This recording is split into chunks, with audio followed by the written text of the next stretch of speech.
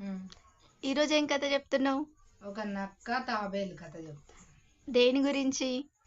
నక్క తాబేలు అవి రెండు ఒక చోట కూర్చుంటే మాట్లాడుకున్నాయట. ఆ, మాట్లాడుకున్నాక తర్వాత మన ఇద్దరం పరిగెత్తాలి, ఎవరు ముందుగా పోతామో ఎవరు గెలుస్తామో చూద్దామా అని అనుకున్నాయట. ఉమ్, అనుకున్నాక తాబేలేమో లేదు నీళ్ళల్లో ఈదుదామని తాబేలట. ఉమ్, లేదు మనం దారెంబడి ఉరకాలనే నక్క అట. ఉమ్, ఆఖరికి తాబేలే ఒప్పుకున్నదట నేల మీద నడచడానికి. ఆ, అయితే తాబేలు నక్క పోతాను తాబేలు భూమి మీద నడవరాదు, మిల్లగా మిల్లగా పాకుంటూ పోతాను. ఉమ్, ఈ నక్క గంతులు వేసిందట, పోయిందట, చాలా దూరం పోయిందట. ఉమ్, చాలా దూరం పోయి ఒక చల్లని చెట్టు చూసుకున్నదట. ఉమ్, చల్లని చెట్టు చూసుకొని మంచిగా హాయిగా నిద్రపోయిందట నక్క. ఉమ్, నక్క నిద్రపోయిన తాబేలు మెల్లగా మెల్లగా మెల్లగా నక్కని దాటేసిందట.